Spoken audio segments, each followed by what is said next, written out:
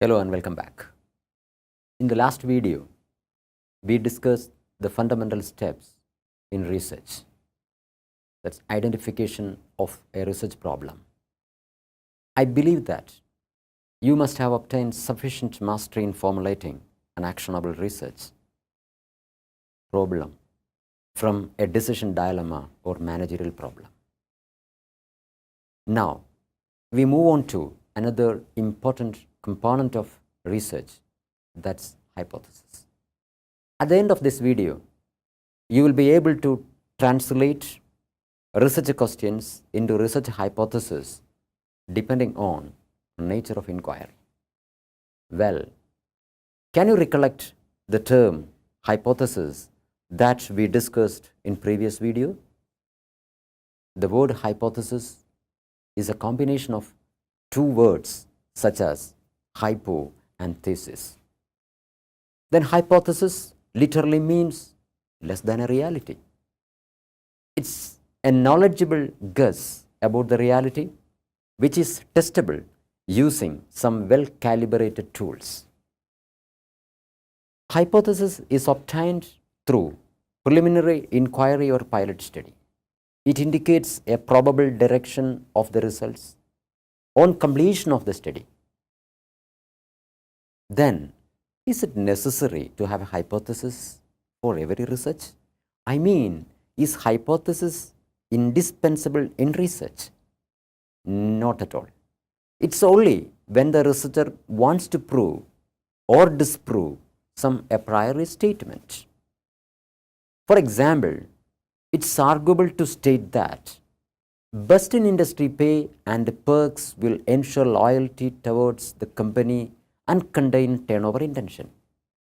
Such conjectural statements should be tested empirically using valid statistical tools.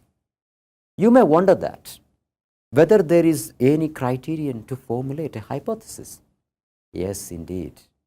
Let's discuss the criteria to construct hypothesis. It must be formulated in simple, clear, and declarative form. Don't forget that a hypothesis is an a priori statement. For example, if we want to study the fuel efficiency of two vehicles, the hypothesis can be fuel efficiency of vehicle A is better than that of B. Alternatively, there is no significant difference in the fuel efficiency between vehicle A and vehicle B. The second attribute of a hypothesis is that it must be measurable and quantifiable.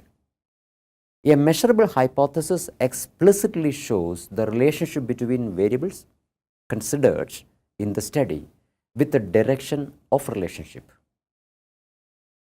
Yet another important attribute of hypothesis is that it must be a conjectural statement based on the existing literature and not based on the gut feeling of the researcher. A hypothesis can be either descriptive or relational.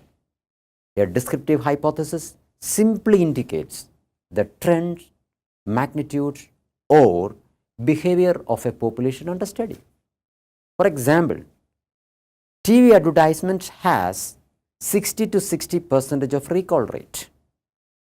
A relational hypothesis states the expected relationship between two variables and sometimes with its direction of relationship.